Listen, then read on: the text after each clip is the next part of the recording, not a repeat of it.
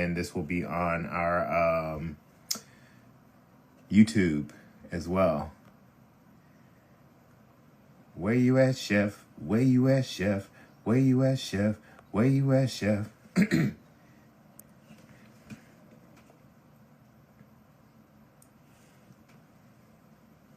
How you guys doing today? I'm waving at y'all. I'm waving at everybody. Let me see something.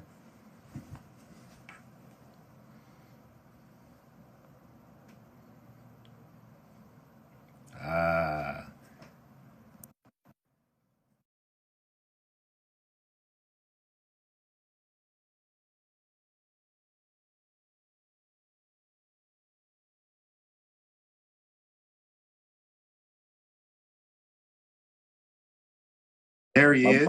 My brother, what's going on? What's up, brother? How are you? I'm doing well. Good to see you, man. Thank you. Thank you for coming on. Let me get this volume. Can you see me clearly? I can. You're a little cut off, but I can hear you and I can see you all right. Hold on. Yeah, you're doing all right, though. How about myself? How am I looking? Fly as usual. I appreciate it. All right. Oh, I get what's going on. This is a different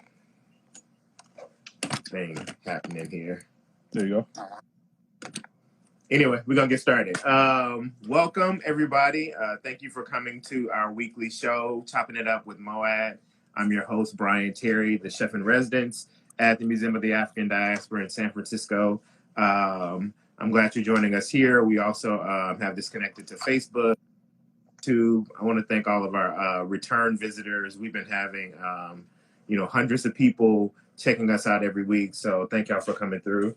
I'd be remiss if I didn't shout out the plug, Kaiser, who's been so gracious in supporting this residency at MoAD over the past 5 years and really understanding the role of a museum, a cultural space, using its platform to talk about these important issues around health, around food, around farming, a lot of the things that Eric and I talk about, write about, care about. So, let's get into it. So I know you have a lot of fans who are here. People have been super excited about you coming on. I will say that two of your biggest fans, my daughters, were so disappointed that they couldn't come or they couldn't say hi to you because they went on a hike, but they really wanted to say hi. So they said their best and say hi, but they were. Please send my love. Please send my love. They're beautiful, man. How they doing?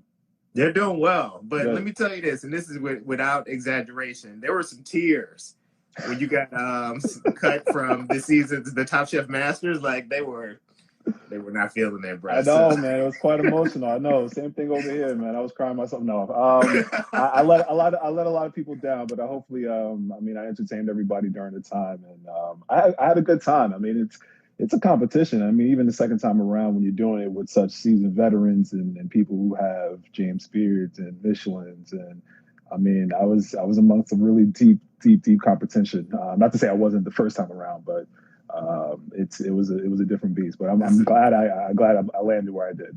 Yeah, man. I mean, you didn't let us down, bro. You inspired us. As you say, these are like some of the most accomplished and talented chefs probably in the world, definitely in the U.S. So we just enjoyed you holding your own and definitely holding down the African diaspora with the work. Man.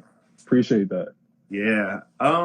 So I'm just gonna read a little paragraph about the kind of official bio. I think most people know about you, but I'm just gonna give them a little bit of the rundown. Chef Eric Adjepong is the co-founder of Pitch and Plate alongside with his wife and decorator Janell Adjepong.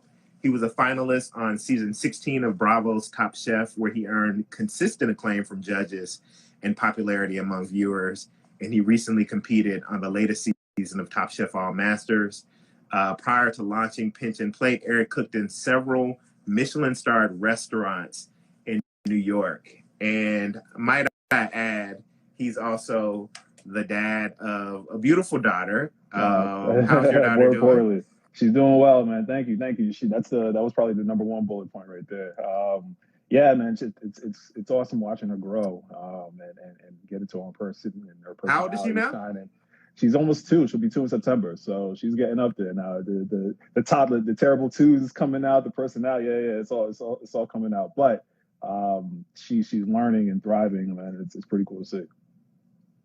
Man, I had to so I'm gonna reframe it in a way that I needed to reframe them for me, because so many people talk about the terrible twos. Yeah, And my buddy, one of my boys from college, he reframed it as like the inquisitive twos. And I think a lot of people get a little stressed about them kind of like getting into mm-hmm. everything. But I had to really reimagine it, just be like, yeah, they're just exploring the world. They're developing new consciousness. So, you know. That's really well said. I mean, we watch her, my wife and I, just really like learn something. You know what I mean? Like catch on to a concept in real time. It's pretty cool. So that's well said. I might have to switch to that. And there's so I feel like I need to say this too. I would argue that you're probably one of the flyest chefs out there. I feel like you're always bringing the style. And I want to rewind back 2 years ago, the pictures that you were posting of you and your wife doing the pregnancy. Oh, I was like, y'all just was looking just so fly and just like killing it. So. Oh man, no, I appreciate it, man. I mean, it's I think it's probably a New York thing. You know what I mean? It's just where you come from, and it's just a way to express your style and be creative. And yeah, I try to stick to myself. I appreciate that, man. That's funny. I appreciate that. So let's start there. You grew up in New York, the BX. I mean, I'm not from the Bronx. So I don't know if I could do the whole like BX or say yurt or anything. I'm not trying to like step on any BX boundaries, but enough respect to the BX. So you grew up in the BX in a Ghanaian household, and you know, Kwame Onawachi talks about this a lot in his memoir. You know, you talk about it just being in a part of New York City that has such a diversity of vibrant culture. And I'm wondering if you could talk a little bit about just both your grounding in your Ghanaian culture in your home, and also, you know, just generally the kind of influences of the different cultures around you. But, you know, if you can talk specifically about how being around those cultures might have impacted your thoughts and approach to cooking and food as well. Yeah, absolutely. Once again, man, thank you to you and MoFad for introducing this platform, and I definitely appreciate the opportunity to chop it up with bro, man. Thank you. So it's simple for me, man. I think my folks, they came from Ghana in the late '80s. So I am the first person in my immediate family born in the United States. And my younger brother came soon after. Can you tell me what drew your parents to New York City? Opportunity. I think for most people around that time, and you know, most people that especially late '80s, and an opportunity to come and grow and learn and explore and earn some money and you know, potentially build a legacy is what I think my parents, at least my mom and you know, my father had in mind. So it's something that I'm very proud to keep continuing on. But I mean, back to it, it was it was a very traditional West African home. I mean, in every sense in the word, I ate a lot of West African food, fufu, banku, kenke, jollof rice, wache. Like these are all things that I grew up eating, whether it's in my house or an outdooring or some sort of get together, a funeral, a wedding. Like everybody's kind of eating the same thing. For me, my parents, I figured, settled in the Bronx because it's such a huge community. A lot of folks don't know, but I mean, next to Ghana, the Bronx is probably the biggest hub of Ghanaians in the world. So what? I had no idea. It's huge. I mean, London is next to it as well, but the Bronx has a huge population of West Africans and Ghanaians specifically. So it was. I grew up around a lot of people who were also first generation Ghanaian-Americans. You know what I mean? The kids of that group. So my best friends, we kind of echo the same things. And then just in general, growing up in the Bronx was just amazing. Like, you know, it has its ups and has its downs, but the ups, as far as even just like the culinary side, was amazing. Like, I can go to Pelham Bay and go to a really beautiful Jewish neighborhood and get, you know, matzo ball soup and beautiful pretzels. I can go down the block and go to a Hispanic neighborhood and get arroz con pollo, and whatever I need, whatever I want. I can go to right across the street and to an African market or Caribbean market. So it was. I didn't really realize it when I was younger, but now that I kind of am older and mature, I can appreciate how cool it was to have such an eclectic kind of environment. And then one being so attracted to food at a young age. Yeah. Who did most of the cooking at your home? Was it your mom? My mom, yeah, for sure. My mom's a great cook. Everyone is lauded that their jollof is number one, but my mom is clear cut favorite, at least in the Bronx, number one in the Bronx. So she's an amazing cook. She loves to cook. It's her love language, I think, man. She loves to cook for people, and if you left the house and you were hungry, or she thinks you're hungry, she's gonna make sure you ate. You know what I mean? She's that type of woman. So yeah, she's an awesome cook. Was the Ghanaian community like tightly knit? Were there a lot of uncles and aunties around? The kind of informal Man, kitchen networks. I have more aunties and uncles than probably anybody that you know. I grew up with a bunch of aunts. I mean, you got to imagine it wasn't just like my mom. I mean, it was a small migration. Like my mom's best friend also moved around the same time. My father's network and his best friends moved around the same time. So it was a group of people. Even if they didn't know each other back home, they just kind of grew and grew a community in the Bronx, and aunties and uncles everywhere. People that are blood related and maybe distant, and people that I've never met before, but I got to call you my aunt and uncle. You know what I mean? Yeah. So, Eric, when was the first time you cooked? Like, do you have a memory of that moment? I don't specifically. I don't think I do. I think my first real memories of doing something culinary of worth was like, and I thought I was the shit. Excuse me, I thought I was doing my thing back then, but I was making box cakes. You know what I mean? I would go and buy the box cakes when I was younger, and I would try to duplicate the recipe and worked on it. And my family ate cake for weeks and weeks and weeks and weeks. But you know what I mean? It was something that I was really passionate in. And it was actually, funny enough, I really fell in love with the pastry side more than anything. So, but I you have those conversations with the counselor back in high school, and she guided me to the point where she's like, if you really love doing this, and maybe there's a career for you in culinary arts, and I think that's what around the time I really started taking seriously at that point. So you were thinking about food in high school. This goes back to that point. I was thinking about food in like kindergarten. I was thinking about food in like first grade. I mean, I was really young, really attracted to cooking shows, PBS, Julia Childs, Yankee and Cook. I was just captivated, and my mom saw that quite young in me.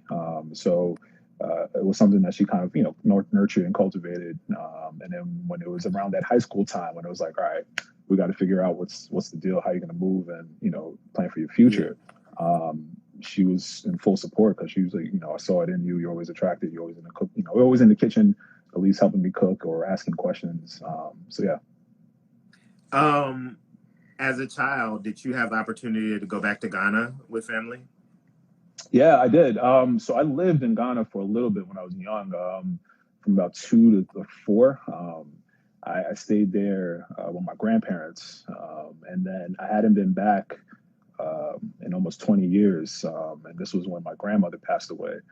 So I went back. This was like 2011, and that was an emotional trip. But it was crazy because I stayed with my grandparents when I was 2 years old, and again, I hadn't been back. But when I went to my grandmother's house in Kumasi, Ghana, it was crazy because I navigated in the house as if I was there like the day before. So all those senses, all those memories kind of came back, which was kind of eerie, but also amazing at the same time.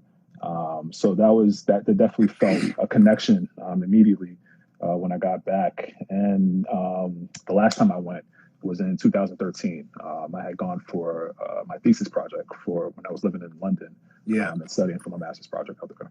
Yeah. So, okay, now high school, obviously you have been like interested for most of your life in food. Did you go directly from high school to Johnson & Wales for culinary school? Like, when did that happen? Not quite. I went to So I went to a vocational school for a year and change. So it would be 9 periods out of the day in high school. For 5 of those periods, I would go outside of my high school and go learn a trade. And a bunch of students did that. So we would learn if you were interested in, I don't know, auto mechanics, automotive, cosmetology, culinary arts, all of those.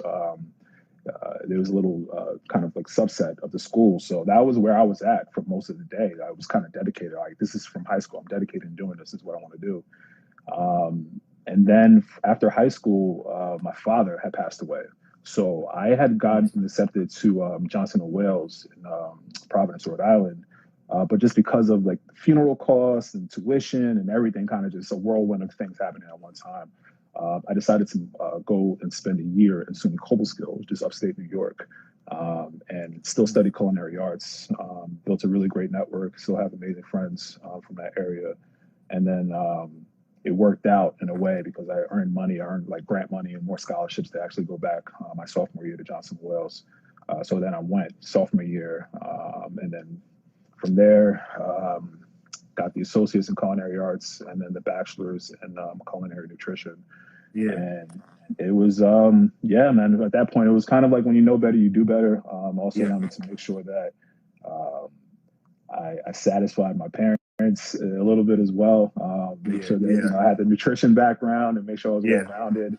And I'm very glad that they advised me to do that, especially now, because I'm a huge nut when it comes to food, but it really just kind of expanded my mind and my whole thinking behind what we put in our bodies and how we maneuver and how the world kind of maneuvers around food. So, yeah, man, it was the journey from there. I want to hear more about just grad school and why the pivot to grad school. You know, you did public health and I think international public health nutrition. Yep. So, did you have any designs on maybe like being a nutritionist, or were you always thinking about just like bringing that as another subset of skills that you have as a chef? I just want to. I'm really fascinated with that whole piece of your journey. No, it was more the wanting to bridge the gap between the culinary and nutrition, and really at that time, man, it was another whirlwind of things happening to me. Probably another pivotal moment in my life. I decided. I had an opportunity to work at Vault Restaurant under Brian Voltaggio, and I was offered the job, and I passed. I noticed y'all had some rapport on later season, but I didn't know y'all knew each other like that. Yeah, I mean it's a pretty full circle story for me. I mean, this was early 2012. I had gotten a post from one of my mentors at Johnson & Wales. And he's like, man, I know how much you love this guy. I have his books. I talk about him all the time at school. And he's like, he has an opening at his restaurant. I think you should go for it. The only thing was I was living in New York and the restaurant's in Frederick, Maryland, which is kind of like, you know, it's not New York. So I went, I got offered the job. But around the same time, my cousin who lives in England, she kind of threw it at me, like, well, how crazy would it be if you came to London and studied for your master's out here? And at first I'm like, I would never do that, stupid. And then, you know, after a while, I really started looking into schools and started really, you know, it came to be. And I'll never forget it. Brian Voltaggio calls me soon after. He wasn't there the first day. It was a 2-day stage, and he wasn't there the first day, but the second day he came. And I remember he like walked right by me. And I joke about it with him as well, but he called me like a gentleman right after, a couple of days after I got back to New York, and offered me the job officially. But I told him I already made the decision that I was going to go to school.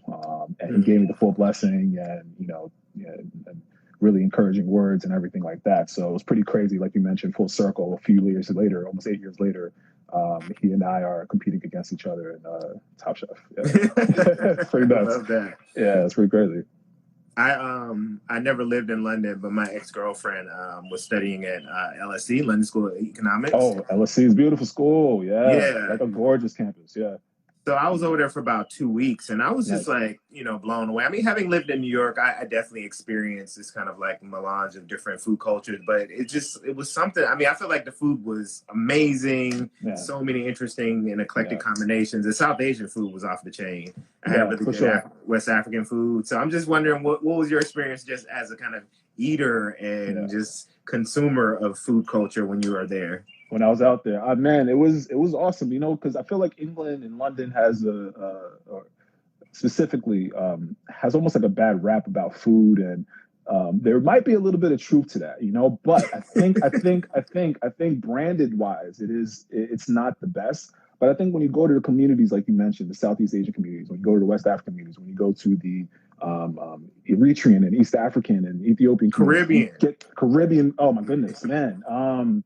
Jesus Lord, I could tell you so many stories about so many good restaurants in London about just Caribbean, just authentic Caribbean food, authentic West Indian food, authentic West African food, and it's amazing. So that's what I enjoyed the most, and I had a great time. Like you mentioned, it's a crazy. I mean, I come from New York, so I'm very used to seeing an eclectic array of people all the time. It is what it is. But in London, it's a little bit different because I mean, I was meeting people who were half East Asian, half Dominican, half Indian, half Nigerian. Like the mixes and the cultures and everything in between was just amazing. And really, like, for me at least, saw that there's like a whole other world out there, and people are living, and culture is so much different everywhere else. So that was a great experience for me. Definitely eye-opening. Mm-hmm. I want to talk a little bit about just the whole Top Chef journey, but before we go there, I'm just wondering if you could talk a little bit about just, what family life has been like for you since COVID-19 and the stay-in-place orders have gone down, and, how that might have disrupted work. I know you had a restaurant that you've been working on, so I'm just interested, like, what this moment, how it's kind of like shifted things in your family and work life. You know what, man? It's been interesting. It's definitely been a shift, but right when it happened, right, in the middle of March, I came in with the mentality that however long this is going to be, I'm going to get out of it, and I'm going to try to be victorious as much as possible. I know it's an unfortunate situation for a lot of people, so if I can be, I'm also going to be a help. As well. So it has been a shift, though. I'll tell you that, man. I definitely had plans to open up the restaurant, and that didn't happen. And it's postponed at the moment, just because, again, everything with the social distancing orders and mandates and things like that. So and let me get this clear. Are you're in DC now, right? So I'm in DC. The restaurant will be open in DC. I live in Maryland right now. Union Market is where it's supposed to be at, and if you've ever been, it's a quite a big open space, not open space, but a closed confined space, but it's quite large. And there's a lot of vendors in there, so obviously a lot of traction with people coming in and out, and so they want to obviously do the best thing that's possible and what's safe and what makes sense for the city. So I can't be mad at that, and I definitely applaud all their efforts that they're doing to to make sure that everything is at least doing their part to keep, DC, safe as possible. But that does mean a little bit of wait, and that's all right. Doubles, is that the name of your spot? Is that on the double? Yeah, on the double. On the double. I'm wondering why.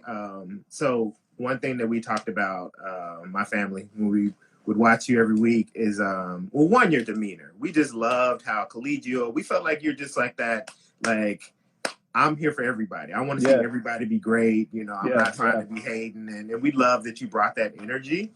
But we also talked about just like your technical skills. We felt like you're just so like on point, and you just bring that like, it's something I talk about all the time. Just like seeing how we can look at different African diasporic traditions and food ways, but then bringing that kind of like, the training and technique that we often see you bringing.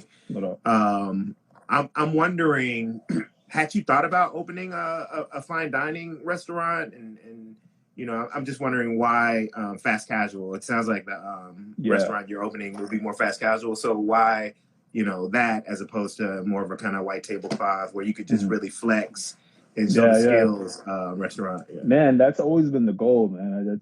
Since I was like 10, I always wanted to own that flex restaurant and, put all my creative, juices and flow and energy, into that project. And it's still going. I thought to do on the double. Really, it sparked when I actually did it on, the dish on Top Chef, and just how well it was received.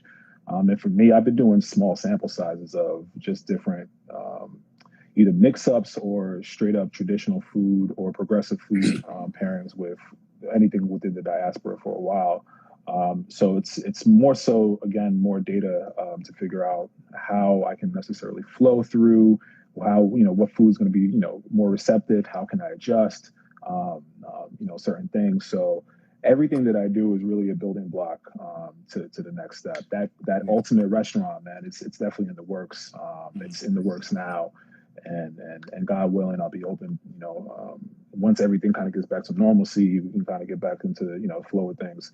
I'm hoping to open that up relatively soon. So I'm excited, man. I think to be able to put a little bit of technical and, behind the food and the, that I grew up eating, and kind of presenting it in more unique, I guess, progressive ways. Is really what I'm excited about. Mm-hmm. I mean, one, I'm interested if you could talk more about just why, because there's an emphasis on West African food, but I know that with that final dinner that you were hoping to do on season 16, and that you eventually got a chance to do when Colicchio invited you to craft to do the meal, it has more of a kind of expansive diasporic vision. I'm wondering, I'd love to hear more about that background, but I guess that takes me back to you being in culinary school. And I think most people understand that, most culinary schools in the U.S. default towards European, French, Italian, techniques and training. And so I'm wondering, in terms of like your approach and just like love of African diasporic food, was that something that you could express when you were in culinary school, or did you feel like confined by the European techniques? I'm just wondering how that those two things kind of like, if they were intention or just how that played out when you were actually getting your training. Yeah, no doubt. Brandy Mummer actually put up, I'm reading this little blurb that she wrote. That's another good point as well. Fast casual is just a little bit more approachable, and that was a great way for me to just kind of introduce, the whole concept that I'm trying to do. But man, to answer that second question, or and let me just say, let us first. We gotta recognize your wife, because I know it's your restaurant, but your wife is your partner. Well, I know she's a partner in the Pinch and Plate. Is she a partner in the restaurant as well? No. That's just going to be okay. me. Cool. So I just want.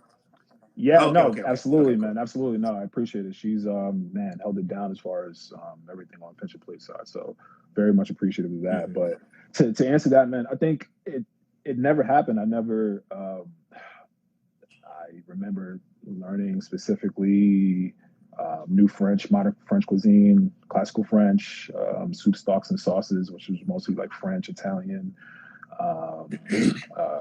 There was there was a classes of the world or something like, food of the world or something like that, but nothing like touched. But nothing touched anything of the African diaspora, to be honest. So to be honest, man, I didn't really learn anything, behind that. But I think my ace and my deck was the fact that I came from it, that was the approach that I had, especially with going into Top Chef. I mean, I knew I could cook classical French or modern, Italian or modern American or whatever the case is. But why not try to bring a little bit of some of that technique into the food that I grew up eating and, grew up eating around and what was around me. So that was my MO. And I did it proudly. But yeah, I didn't really see too much food from, where I grew up eating or at school, but and that's not a nod to Johnson and Wales, but it is. I mention this all the time. Africa is the second biggest continent in the world, yet the food is just so unknown, and food of diaspora is so unknown. So there definitely is hopefully a switch that needs to happen with that. I feel like if that switch isn't happening, this is like the perfect moment for there to be more pushes for a better kind of inclusive understanding of culinary traditions in cooking schools, both from within these institutions and without. And I'm just like, I'm sure you've been keeping up with everything happening within like mostly food media now, just like a lot of the kind of white supremacist cultures and practices within these institutions being highlighted, and in many cases individuals who have upheld these systems being called out and dealt with appropriately. But I feel like we need to have this conversation around the way that most chefs are trained and the kind of default way that they think about even like gaining respect and cred in the industry, and oftentimes that totally leaves out like the kind of world cuisines from people of color cultures. And I feel like I don't know if you agree with this, but I feel like what you have done is really kind of beautifully I would say introduce and in some cases reintroduce Black food to a larger audience with your appearance on Top Chef. So can you tell us about why? I mean, what was the pull factors? Why did you decide to even make that leap? And do you have to? I'm assuming you had to audition, talk to some like casting agents or something like that, or like give us some nuts and bolts. I'm sure there's some chefs out there who might be interested in being talent on some of these shows. I know. Oh man, anyway, it can be quite tedious. But they want to make sure that they get the top tier talent, every season. So I had a quite bit of an interesting kind of audition run. I initially auditioned for season 15. I was on season 16. The first day of filming on season 15 was going to be on my wedding day, May 21st. So I had the option to either do my wedding and go to Top Chef. I made the right decision, but I can't front, man. I definitely was thinking twice about it on the altar, but it was one of those things, man. I'm like, oh man, did I miss an opportunity? My wife knows, like, I've been a huge fan of the show and the talent that's come off of it, and for years, man. So when the opportunity came, it was heartbreaking that I couldn't go. But for how that happened, they were doing just a citywide tour, the producers, and they went all to the major cities, so Houston, Dallas, New York, DC, and they came. I served them a dish, and they were impressed. They called me back soon after, and really it just starts off with like a bunch of Skype interviews. Then wanted to get to know your personality, where you come from, your story, your background, and that gets a little bit more intense. Where the more people that they cast, just they start chopping off people and things like that. And so after a while, I was.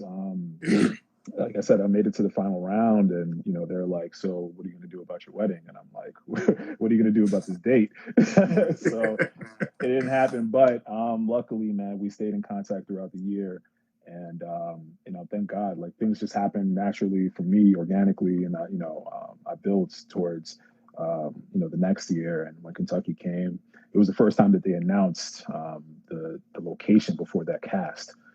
So I had gone to Kentucky for the first time. I just took a trip, just on some like intel, just learn about the food, learn about the city, learn about the culture as much as possible. And I think it definitely helped me when I was on the competition. And yeah, man, I just fought my way through. It was it's tough though, man. It's intense. I mean, aside from the actual cooking competition, and aside from like making sure your food is seasoned and your temperatures are right and everything in between. You got the cameras and you have the lights and you have the intensity of the it's a lot. But you get in a nice rhythm, hopefully, and you can block out some things and just do your best, man. And that's what I did. Yeah. How many weeks y'all filmed that for the whole season? Like how much? Man, it's 8 weeks, 8 long weeks. And it's intense, like completely sequestered, no phone, no outside contact to the world. Oh, damn. Yeah, man, it's intense. So you would imagine, like, my wife was pregnant the first go around, season 16. Wow. Okay. So we were heading into the second, third trimester. And I was out. So it was tough, but thank God we had such a strong support team and family around us. But yeah, it was a while, man. And Yeah. I had gone to Macau, China, and and then soon after, right when I got back home, a few months later, they hit me back for season 17, an all-star season. So Yeah. it was Yeah. just like bang, bang, man. I haven't been home long, man, for a few years. Oh, wow. Wow. Yeah. I feel like you're really good at just kind of like spontaneity, seeing what's available, and then working with it. How was that experience being with Macau? I got a chance to spend some time there. It's a wild. It's a Beautiful wild little place, part of man. the Right? world. Yeah, man. Yeah, isn't it? It's so unique, man. And it's glad that you went because you have a little bit of reference. It's so unique in this point because if it felt like an Asian country, but you see the cathedrals and you see the Eastern European like architecture, and it's just like the mixes of the cultures is just mind blowing, and the food was equally as crazy. But I enjoyed it, man, and it was awesome. Like, man, it's a world out there, bro. It's really, really a world out there. And I'm not like I'm saying I'm again preaching to the choir, but not just for like everyone out there, man. If you can travel anywhere, I advise to do so because it was just cool to see different species of things that I normally am okay working with, shrimp or snapper, scallops, and they look different, they taste different, but they are what they are, Yeah. It was really dope to cook with all those ingredients. A little bit out of my comfort zone, but I did the best I could, man, and I had a lot of fun. Can you talk about the meal? What was your kind of narrative vision for the meal that you wanted to do that kind of Yeah. traces the transatlantic slave trade? Tell people about that. Yeah. So when I found out that I was going to make the finals and I was going to go to Macau, I get sent back home for a little bit, just to kind of rejuvenate, get business in order and everything before they ship you back out. And I thought a lot about what I wanted to do if I ever made it to the last round. Like what would I want to cook? And I hadn't thought about it up until that point. But it was still, obvious that I was still cooking, food of the diaspora. So for me, man, it was like, um, how cool would it be in 4 courses to tell some sort of story about the transatlantic slave trade, where ingredients came from, and using ingredients that is ubiquitous throughout the diaspora. So I use sorrel from hibiscus, Nigerian hibiscus that we would call in Ghana sabolo or zabolo, and in Caribbean and Jamaica and Trinidad and Guyana, they would call it sorrel. Um, so I had that. I had grains of salam, which is like the first, probably the oldest indigenous spice known in West Africa. I had like a grains of salam, a spuma with like cassava. Cassava is like a tuber. So just different things, just incorporating, again, that they're completely ubiquitous throughout the diaspora that you'll see either in West Africa, you might see in Brazil or South America. You might see in the West Indies and the Caribbean, or you might see in the South, in America. So Yeah. things that I just thought would be, again, really cool to tell a story. And I was really excited, man. But I had the opportunity to actually cook that meal a few times, and that's been great. So even though I didn't win it all, I very much feel like that winner that season for sure. I mean, win, lose, or draw, I feel like, just that experience, that exposure, I'm sure took your career to the next level, gave you that visibility. Shout out to Tom Colicchio. Yeah. I think this is one of those moments where I feel like, a lot of white people are understanding the role that they can have in using their privileges to open up doors and support Black folks and other folks of color. Yeah. When I think about that period, I guess I'm just wondering, like, what was the kind of soon after the show aired, season 16? Like, what did your life look like? What kind of attention were you getting? What kind of like offers? What was happening for you in that period? Yeah, man, that's where really it was crazy, to be honest, and it still feels like that elevator is kind of going, or that roller coaster rather is going up. But I rang the bell at NASDAQ. That was pretty cool. You know, being able to do different dinners and publications, being able to kind of capture it has been really cool. So I went and did a beautiful, beautiful, beautiful dinner in Bermuda. And the Bermuda Tourism Authority was very gracious enough to bring me over and help me tell their story behind, their African diaspora and their African heritage. So that was an amazing event, and things like that. And definitely was hoping to do a little bit more before COVID hit, but really just traveling. Going to different events, different food festivals. I went to the Aspen Food and Wine, which was a lot of fun. Yeah. I went to the Miami South Beach Food and Wine Festival, which was that was a lot of fun as well. So and then just cooking for different events, being a part of different organizations, being active. Yeah. I love that it seems like you, take research and development seriously, and you talking about like going to Kentucky and doing the intel and all that. When you did the event, and I guess you might have done a series of events, but when you were in Bermuda connecting, did you get a chance to connect with like local chefs and just like, the folks who were just there, and know the culture, and know the food, and know the ingredients?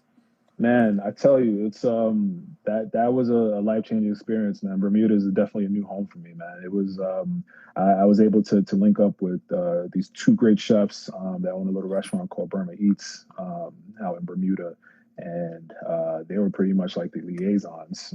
And, they traveled with me, they cooked with me, they foraged with me. We went out and everything that we cooked, we pretty much got out from the soil, man. It was literally from farm to table. Like it was really cool. We were picking up like cassava from the earth, man, like deep in the earth, and just picking it out. And what's dope about Bermuda, man, I loved, because I went there twice. One trip was last year in August to do just research and recon and learn a little bit more, and then the second trip was this January when I went to do dinner.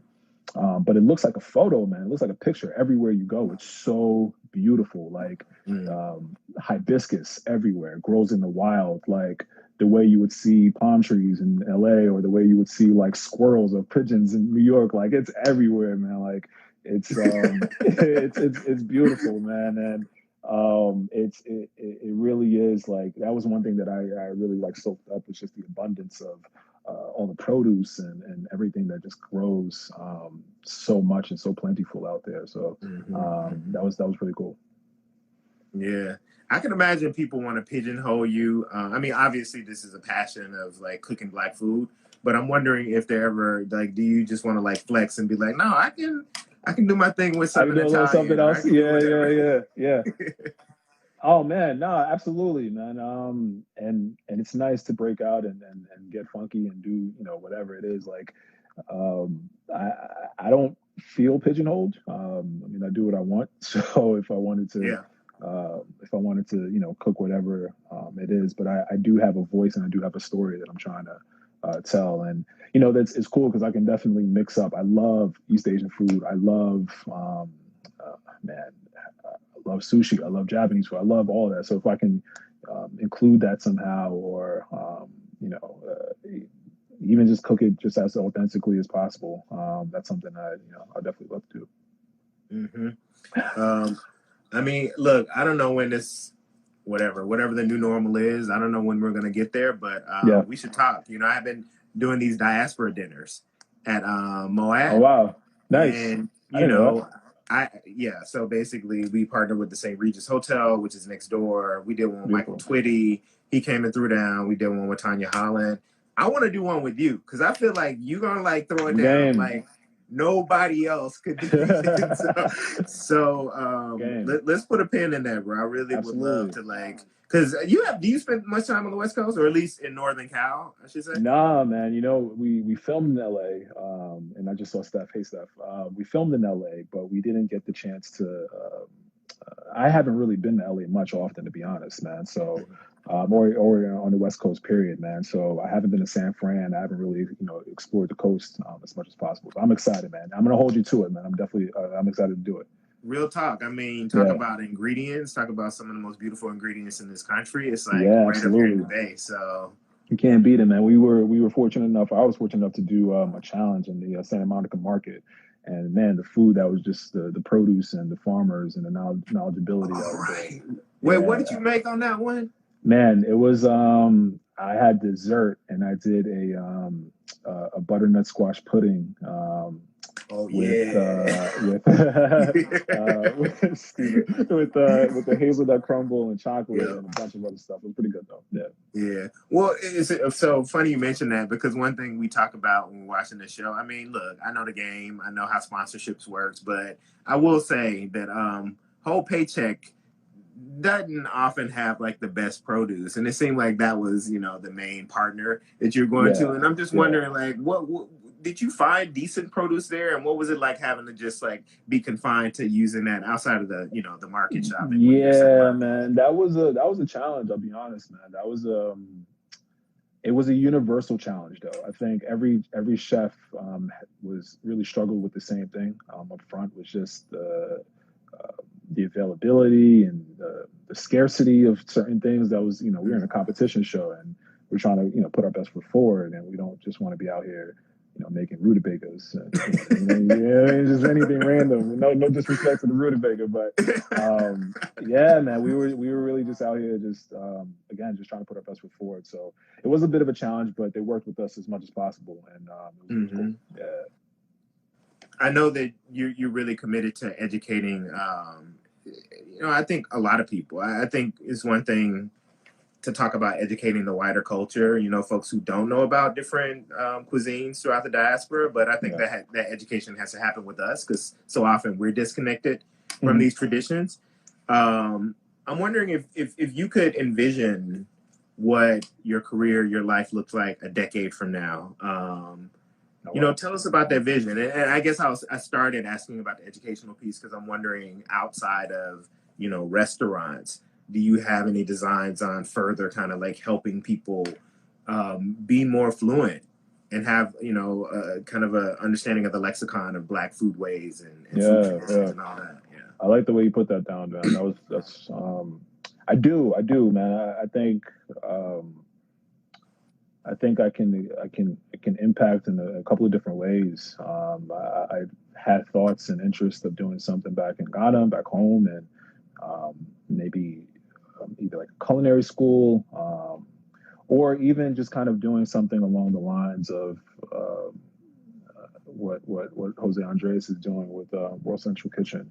I mean, honestly, it was a huge inspiration when I went and moved to London and studied for my master's out there, so in public health. So really just, again, the interest that I have in just food in general, but then how food kind of impacts uh, counties and regions and states and, and countries and so on and so forth. So um, however I can find a way to impact in a positive way, I'm definitely going to be open to that. So um, I don't have the answer quite yet in 10 years. So maybe hopefully a few moments I would, but I mean, all in all, man, that restaurant that we spoke about, the one that I've, kind of had envisioned for mine, hopefully that's running and,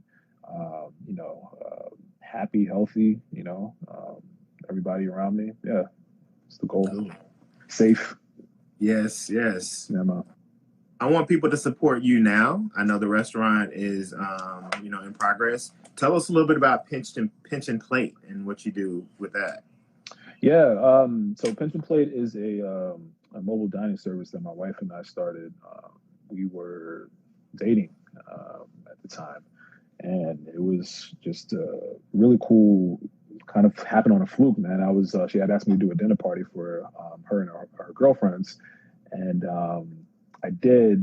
And unbeknownst to me, man, I remember turning the corner out of the kitchen and just seeing like the table that she decked out and just like completely beautiful candelabras and the flowers, and and the ambiance it was stellar, man. And we just both had this kind of like eureka moment to do like mobile dinner parties, and that kind of graduated and manifested into so many other things and weddings and stuff like that. So we've kind of put a pin on it though for a little bit for now, just because of everything that's happened with COVID and contact and things like that. But it's cool to have a business that's ran by just me and my wife. You know what I mean? Yeah. It's nice. But now I've been doing virtual classes. I've also been teaching. Always been teaching in New York and DC and Baltimore. So I kind of switched that to virtual platform, and now I'm teaching here, which has been cool. It's nice. Like it's cool because when I'm in New York, I only see New York people. When I'm in DC, I only see DC people. But I'm teaching virtually. I can really there's people from literally all over the world hopping on and learning, a dish from Africa or any crazy dish or whatever like that. So it's pretty cool. Yeah. We got a couple more minutes. Well, there are two things I want to like. Growing up in the Bronx, you grew up. How old are you? You mind sharing how old you are? Oh yeah, nah, man, 32. Okay, so you're more like a 90s. Yeah. Okay. Mm-hmm. Well, I'm wondering what the impact of just growing up in the birthplace of hip hop and hip hop culture. But then it's just like y'all been killing it, man. Like from Jesus and Meryl to Kwame to Ghetto Gastro. Like what's in the water? Gastro. What's happening in the Bronx? Man, y'all been like stellar. Shout out to Cardi B. Cardi. It's pretty cool, man, to see a little renaissance happening in the Bronx, man. I love the Bronx, man. It's gritty. It's New York though, but it's so home, man. And there's so many fond memories that I have of just growing up in the borough, and in New York in general. I mean, just growing up in New York City, period. Going to Harlem, going to Brooklyn, going Queens, and hanging out with friends literally from all throughout the city. But the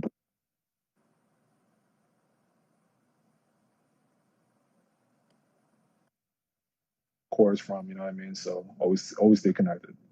Cool. Well, listen, Eric, I really appreciate you taking some time just to wrap with us for a second. My man B. Let me take a moment to before we wrap, man, say congratulations to you on the second book, man. That's well done on your behalf, man. I know I'm going through the process right now, and I can't imagine doing it twice, man. So my hat to you. This is number 5. Oh, 5. Sorry, my bad. So hold on. So now I ultra congratulations, because you've seen the rigor, you know what it is, and man, it's pretty inspiring to not only see a man that looks like me on the cover of a book that I can put on my shelf and have my daughter look at it, and we can look through it. It's pretty cool that. Do you have a copy of the latest book, Vegetable Kingdom? I do not, actually. I do not. Send me your address. I'm gonna mail you a copy. I'm gonna hold you to that one as well, man. We got 2 things I got. Yes, I'll take it. Man, and look, many just good. Brother, thank you.